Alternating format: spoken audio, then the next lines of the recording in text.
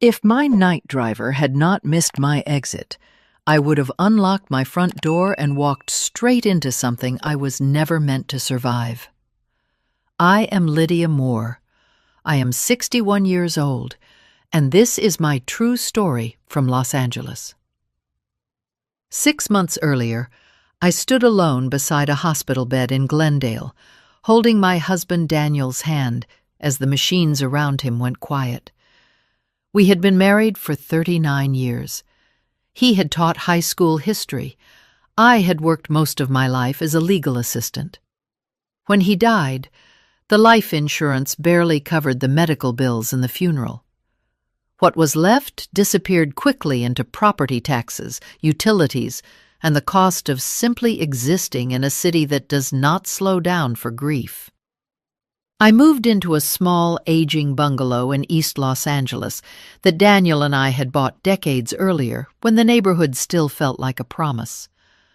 Now the paint was peeling, the streetlights flickered at night, and silence inside the house felt heavier than noise ever had. Our son lived in Arizona. He called when he could, but we were no longer close. Grief has a way of stretching distances that already exist. At 61, retirement was not an option. I took a night position at a private legal records archive downtown. It was not a law firm. It was a quiet operation that stored civil case files, sealed depositions, and evidentiary documents for ongoing litigation. My job was to log files, verify chain of custody, and flag inconsistencies. The work required focus and discretion. It paid just enough to keep me afloat. My shift ended at 11:45 p.m. For years, I relied on the bus. Then routes were cut. The last bus now left before my shift ended. Walking through downtown Los Angeles alone at midnight was not something my body or my nerves could manage anymore.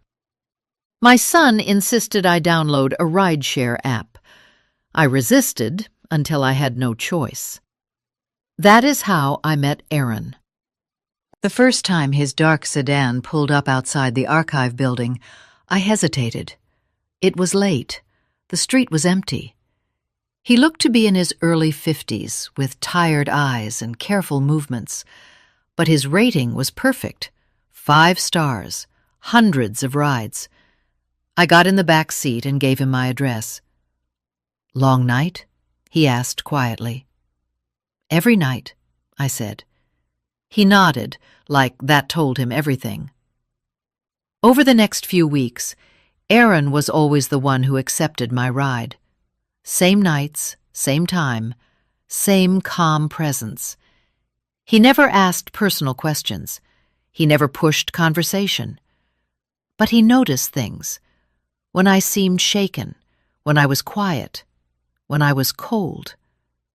In October, I started bringing him tea. Chamomile, poured into a travel cup from my own kitchen. The night shift left my hands trembling sometimes, and the warmth steadied me. One night, I handed him a second cup. "You do not have to do that," he said. "I know," I replied, "but nights are long." He accepted it with a nod that felt heavier than gratitude. By November, those 12-minute rides were the only time I spoke to another human being face to face. Aaron remembered my routine. He remembered the way my porch light flickered. He remembered which nights I locked my door twice. What I did not know was that someone else had been watching too. And the night Aaron missed my exit, the life I thought I understood, finally split open. That was the night everything began. Aaron rarely spoke first, but when he did, it was never small talk. He asked questions that mattered, then waited for the answer without rushing me. Over time, I learned that silence did not make him uncomfortable. He understood it. One night, a few weeks after we first met, he told me he used to be an electrical systems technician. He worked maintenance for commercial buildings across the city for nearly 20 years. Then a scaffolding accident crushed 2 vertebrae in his lower back. The company settled. The job disappeared. Pain stayed. Driving nights paid the bills and kept him moving. It also allowed him to check on his mother every morning before sleeping. She lived alone now, her memory fading in unpredictable waves. Aaron adjusted his entire schedule around her needs. He never complained when he told me this. He spoke like a man stating facts he had already accepted. As the weeks passed, I realized something unusual. Aaron did not just remember my address. He remembered my patterns. He knew which nights I stayed late to finish audits. He noticed when my porch light was off and slowed the car before pulling up. He noticed when the street felt different. Once, as we drove past my block, he said, "There is a car parked across from your house that I have seen before." I laughed it off. Los Angeles is full of cars that never move. He did not argue. He simply nodded and kept driving. Another night, he asked if I ever brought work home. I told him no. Files never left the archive. Everything was logged. Everything was tracked. He seemed relieved. By December, bringing him tea had become a habit. Sometimes I brought ginger, sometimes peppermint. I did not think of it as kindness. It was routine. It was something normal in a life that no longer felt normal. One night, rain fell hard against the windshield, blurring the city into streaks of light. I mentioned how quiet my house felt now, how even the walls seemed to remember my husband's footsteps. Aaron kept his eyes on the road. "My son used to say, 'The house sounded different when my father died,'" he said, "like it knew." That surprised me. "You have children?" I asked. "One," he replied, "a son. We do not speak anymore." He did not elaborate, and I did not ask, but his hands tightened slightly on the steering wheel. What I did not know then was that Aaron paid attention not only to me, but to others who mentioned me. Over the past month, he had driven a man who talked too much when drunk, a man who complained about audits, about missing files, about someone in records who was asking the wrong questions, a man who kept repeating my street name like he was memorizing it. Aaron had learned to listen years ago, after failing to listen once when it mattered. That failure had cost him his son. I did not know that yet. I only knew that when Aaron dropped me off each night, he waited until my front door closed before driving away. I thought it was courtesy. I did not realize it was vigilance. And when he began logging license plates in his notes app, memorizing voices and tracking times, he did not see himself as a hero. He saw himself as a man making sure he would not ignore the warning signs again. The night the route changed, he was already certain something was wrong. He just needed to be sure I would listen. By January, our nights followed a rhythm that felt almost scripted. I stepped out of the records archive at 11:45 sharp. The security guard nodded as I passed. Aaron's car waited in the same spot, engine running, headlights dimmed. I slid into the back seat, set my bag down, and handed him the tea without a word. He thanked me quietly, like we had agreed long ago that words were optional. Those 12 minutes became the only part of my day that felt anchored. I learned that Aaron preferred driving nights because the city revealed itself honestly after dark. No performances, no crowds, just people trying to get home, trying to survive, trying to forget. He told me he could tell when someone was lying by how they breathed, not by what they said. Drunk passengers, especially, talked without realizing how much they revealed. I told him about the audit. It started innocently. A few files flagged as incomplete. A few scanned documents that did not match their physical originals. Nothing dramatic, just enough inconsistencies to make my supervisor nervous. I had been assigned to double-check archived civil cases involving elder settlements and disability claims, the kind of cases no one paid attention to once the paperwork was signed. I did not realize how carefully Aaron was listening. He asked which nights I worked late. I told him Tuesdays and Fridays were usually the worst. He nodded, storing the information somewhere behind his eyes. One evening, as we turned onto my street, I noticed a man standing under the flickering streetlight near the corner. Middle-aged, baseball cap pulled low, pretending to scroll on his phone. I mentioned it casually. Aaron slowed the car. "That man has been there before," he said. I felt a ripple of discomfort. "Are you sure?" "Yes, third time this week." I told myself it meant nothing. Los Angeles is full of people who do not belong anywhere and everywhere at once. Still, that night, I locked my door twice. The following week, I noticed a car parked across the street from my house when I returned home. An older sedan, windows tinted, engine cold. It stayed there overnight, gone by morning. I mentioned it to Aaron the next night. He asked for the color, the plate state, the damage on the rear bumper. "You notice a lot," I said. "I have to," he replied. "It is how I stay alive." It was the first time he said anything that hinted at fear. A few nights later, I found my gate unlatched when I got home. I was certain I had closed it. The latch was old, rusted, unreliable. I told myself it was nothing. Aaron did not like that explanation. He asked if I had noticed anything missing. I said no. That was not entirely true. A legal pad I kept by the phone was gone. It had contained only reminders and grocery lists, but one page held notes from work. File numbers, initials, dates. I had convinced myself I misplaced it. Aaron did not try to convince me otherwise. He simply said, "If anything else feels off, you tell me immediately." The trust between us did not arrive all at once. It built quietly, layered over routine, over shared silence, over small gestures that said, "You are not invisible." What I did not know was that the man under the streetlight had been counting the minutes between my arrival and the lights going out. That the parked car belonged to someone who knew my schedule better than I did.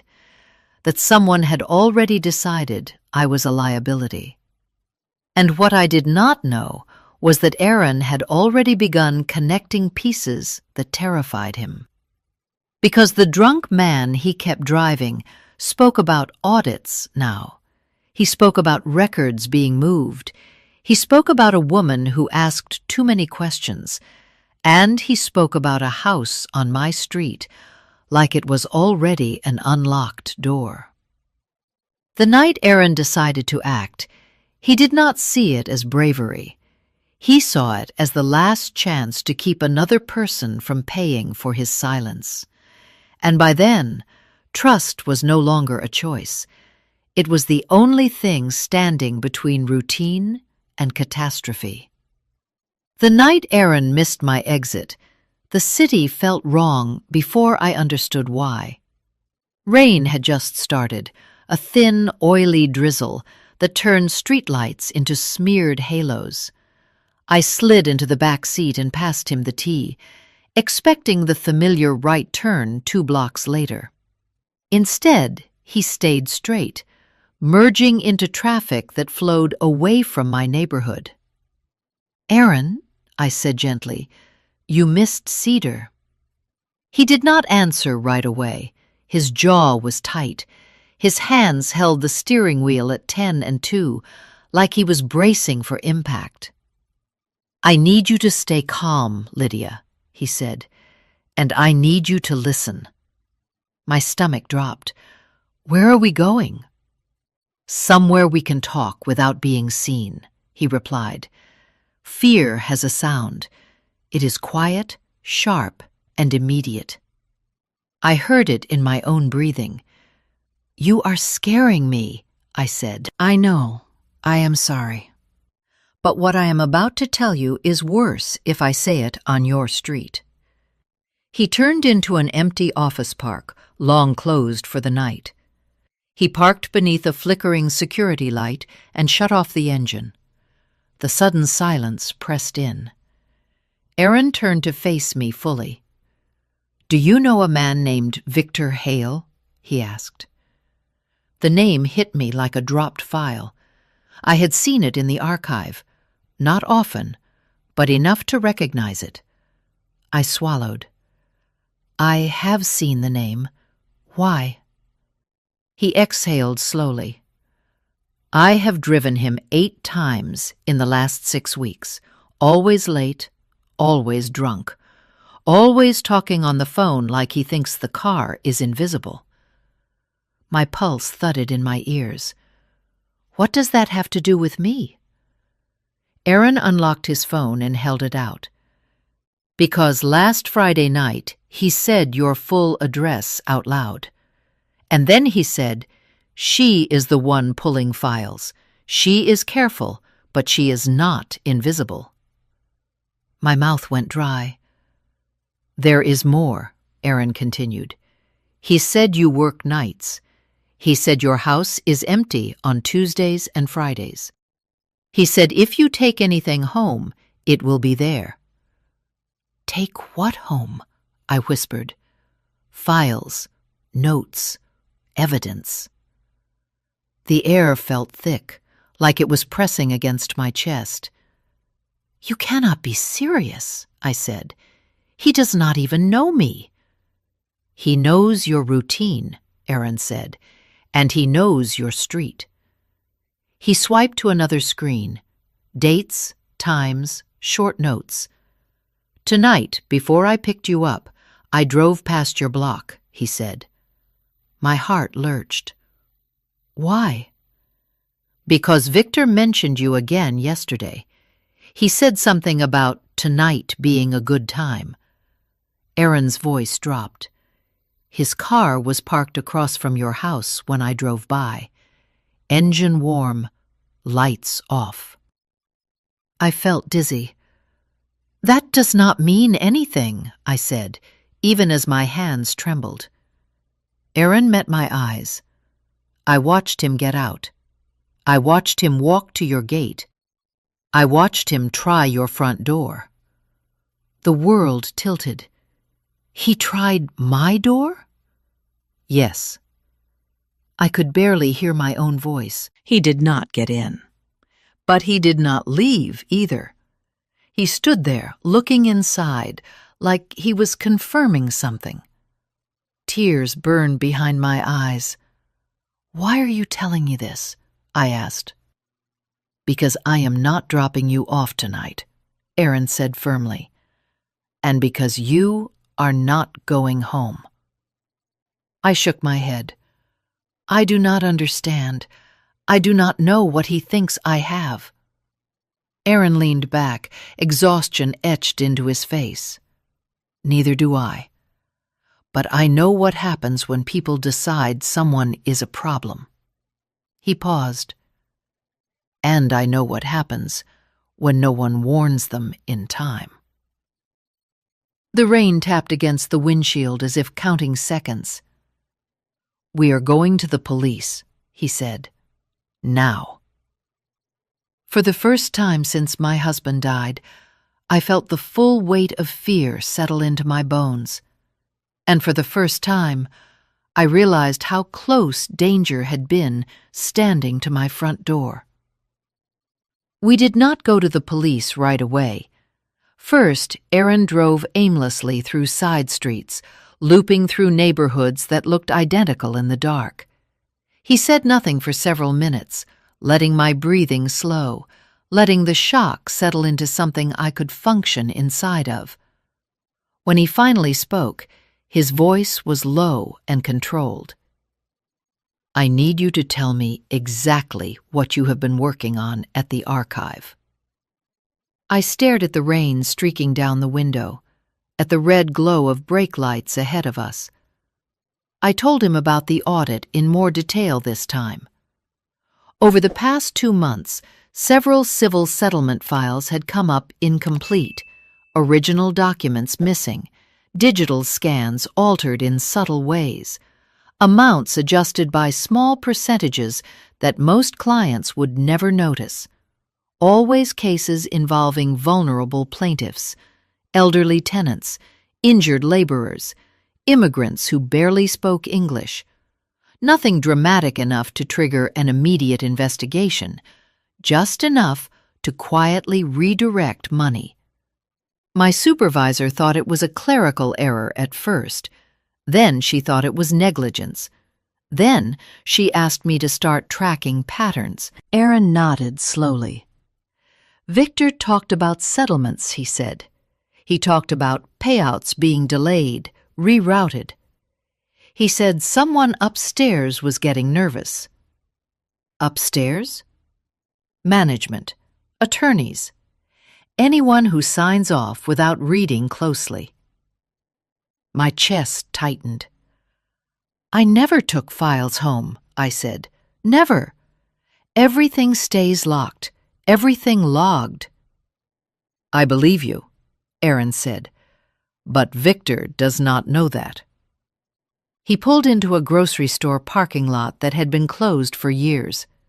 The sign still flickered, even though the building was empty. He parked and turned off the engine. Then he showed me his phone. Notes filled the screen.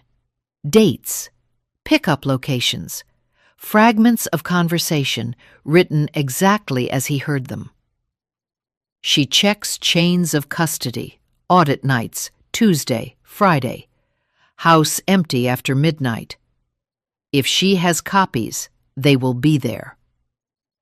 I felt sick. "You wrote all this down?" I said. "After the third ride, yes," Aaron replied. "When he started repeating your street name like he was practicing it." My hands shook as I scrolled. There was more. 2 nights ago, Victor asked another passenger if they knew how to disable alarm systems in older houses. Last night, he talked about garages and back doors and how people never reinforce them. I closed my eyes. I remembered the loose hinge on my garage door, the window that never quite latched, and the legal pad that had gone missing. "I thought I lost it," I whispered. Aaron did not respond immediately. He reached into the center console and pulled out a small digital recorder.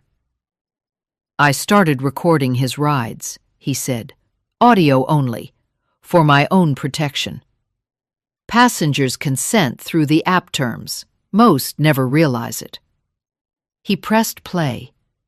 Victor's voice filled the car, slurred, angry.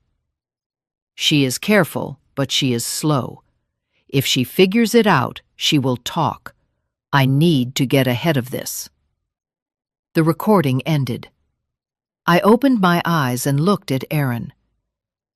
"He is not just watching me," I said. "He thinks I have proof." "Yes," Aaron said. "And even if you do not, he thinks your house is where answers live."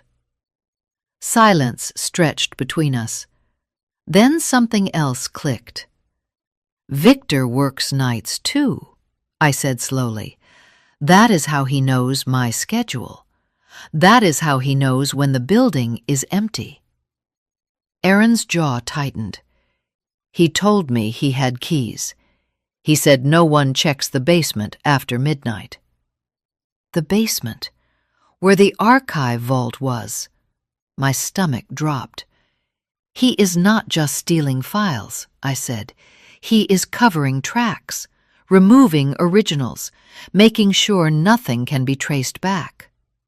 And if you find something first, Aaron added quietly, he believes he can find it faster at your house. The reality settled like ice. If I had gone home tonight, I would have walked into a silent house someone else had already claimed as accessible. I wrapped my arms around myself. We cannot wait, I said. Aaron nodded. No, we cannot. He started the car. This time he did not ask where to go. We both knew. The police station lights cut through the rain ahead of us, and for the first time since this nightmare began, fear gave way to something sharper. Clarity. The police station smelled like disinfectant and burnt coffee. It was just after 1 in the morning, the kind of hour when truth slips out because everyone is too tired to pretend. Aaron and I sat side by side at a metal table while an officer took notes, his pen scratching steadily, as if he already sensed this would not be simple. I told my story first, my work, the audit, the missing files, the car across the street, the gate unlatched, the legal pad gone. Saying it out loud made it real in a way my mind had resisted until now. Then Aaron spoke. He handed over his phone, his notes, the dates and times, the audio recordings. The officer's expression changed when Victor's voice filled the room. Not shock, recognition. He stepped out and returned with a detective whose hair was mostly gray and whose eyes missed nothing. Victor Hale works contract security, the detective said slowly. Night coverage, rotating sites. My breath caught. Security where? I asked. The detective met my gaze. Your archive building, and 2 other facilities tied to civil litigation storage. The room seemed to tilt. He has keys, I whispered. Yes, the detective said. Limited access, enough to move around unnoticed. I felt something inside me break open. That is why the files vanished without alarms. That is why the logs looked clean. He was not breaking in. He belonged there. The detective leaned forward. There is something else. Victor Hale did not choose you randomly. He slid a photograph across the table, an old one, a group of men standing in front of a courthouse steps years ago. I recognized one face immediately. My husband.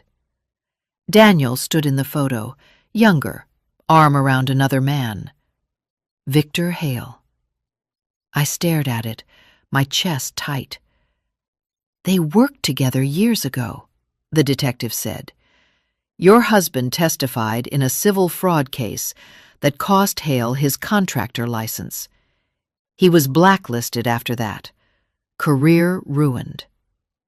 I felt sick. Daniel never told me that name, I said. He never talked about it.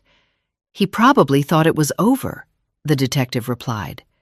Hale did not. The realization crashed down. This was not just about files or money. This was personal. He followed you because of where you work, the detective continued. But when he realized who you were married to, you became something else, a risk, and an opportunity. My hands shook.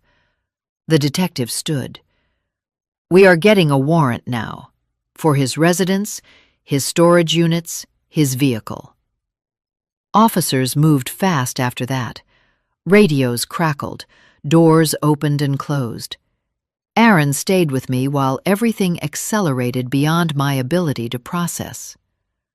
2 hours later, the detective returned. They found hundreds of altered legal documents, he said.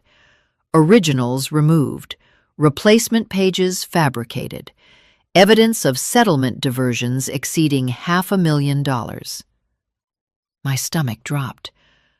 And in his garage, he added, they found printed photos of your house, your gate, your back door, notes about your schedule, and a list labeled contingency. I could barely breathe. What was on it? I asked. Your name, the detective said, and a date, tonight. Silence swallowed the room. He was planning to confront you, the detective continued, to search your house, to intimidate you, if necessary, to silence you. The words felt unreal. We intercepted him on his way back, the detective said. He is in custody. I covered my face and sobbed, the sound raw and uncontrollable. Aaron did not speak. He simply placed his hand on the table near mine, close enough that I could feel the warmth. You are safe now, the detective said. I did not feel safe.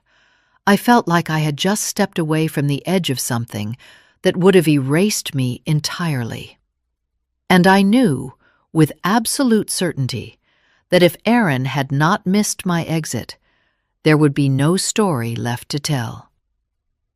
The weeks that followed felt unreal, like living inside someone else's memory. I did not go back to my house right away. The police placed me in a small hotel under temporary protection while they finished their investigation. Officers escorted me when I needed clothes or documents. My quiet life had become evidence. Victor Hale's arrest did not make the fear disappear. It sharpened it. I replayed every night in my mind, every routine I had believed was harmless. I wondered how long he had been watching.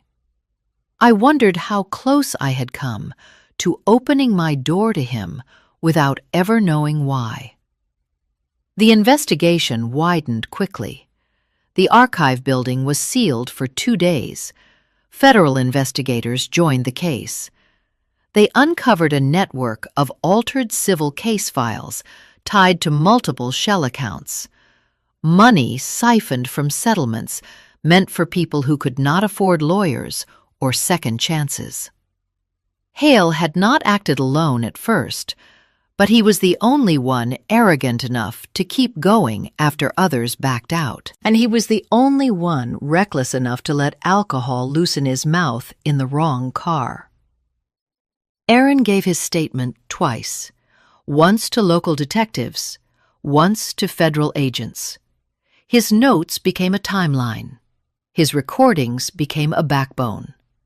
When the case went to trial, the courtroom was quiet in a way that felt heavy rather than respectful. I took the stand on the 3rd day. I told the jury about my job, about the audit, about the missing files, about the man under the streetlight, and the car that never moved. My voice shook when I described the night Aaron missed my exit and told me not to go home. Across the room, Victor Hale stared at the table. He never looked at me. Aaron testified the next morning. He spoke calmly, clearly. He described patterns, not feelings, times, dates, exact words. When the recordings were played, the room shifted. You could feel it. The moment when the jury understood this was not speculation. It was intent. The defense tried to paint Aaron as paranoid, as a driver exaggerating drunken rambling. Then the prosecutor asked one question. If you had ignored it, what would have happened? Aaron did not hesitate. Someone would have died. The verdict came faster than anyone expected. Guilty on all counts. Financial fraud, evidence tampering, stalking, Attempted unlawful entry with intent to intimidate. The sentence was severe, enough years that Victor Hale would grow old behind concrete walls. When it was over, I expected relief. What I felt instead was emptiness. Justice does not restore what fear steals. It only closes the door behind it. Slowly, life began to return to a shape I recognized. I went back to work. The archive reopened under new management, new safeguards, new oversight. The audit I had started quietly had ended something much larger than I ever imagined. Aaron kept driving nights, but now I sat in the front seat. We talked more, about everything, about nothing, about the son he lost not to death, but to distance and guilt, about how listening too late can destroy a family just as surely as violence. One evening, weeks after the trial, his phone rang while we sat in traffic. He did not answer right away. When he did, his voice cracked. It was his son. He had seen the news. He had read about the case, about the driver who saved a woman by paying attention, about the man who did not look away this time. He wanted to talk. When Aaron hung up, he pulled the car over and cried like someone releasing years of held breath. I reached for his hand without thinking. "Sometimes the truth hurts," I said softly. "But sometimes it opens doors." He nodded. That night, for the first time in a long while, neither of us felt invisible. And for the first time since my husband died, I believed the future still had room to surprise me. Life did not return to what it was before. It settled into something new. When I finally went home for good, the house felt different. Not violated, but changed. The locks had been reinforced, motion lights installed, cameras quietly blinking near the eaves. Safety measures, the police said, precautions.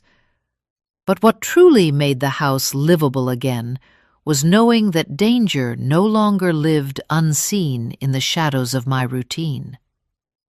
I kept my job at the archive, still working nights, still handling files most people never think about. But I no longer moved through my days believing that quiet meant safety. I understood now that silence can hide intentions just as easily as it can hide pain. Aaron and I began having dinner together on Sundays. At first it was just coffee, then soup, then meals that took time. He introduced me to his mother, who smiled at me like she recognized something familiar even when words escaped her. A few weeks later, his son joined us. Awkward at first, careful.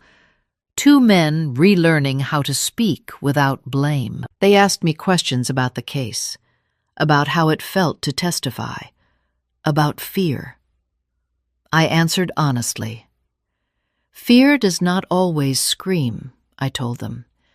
Sometimes it waits patiently for routine to make room for it.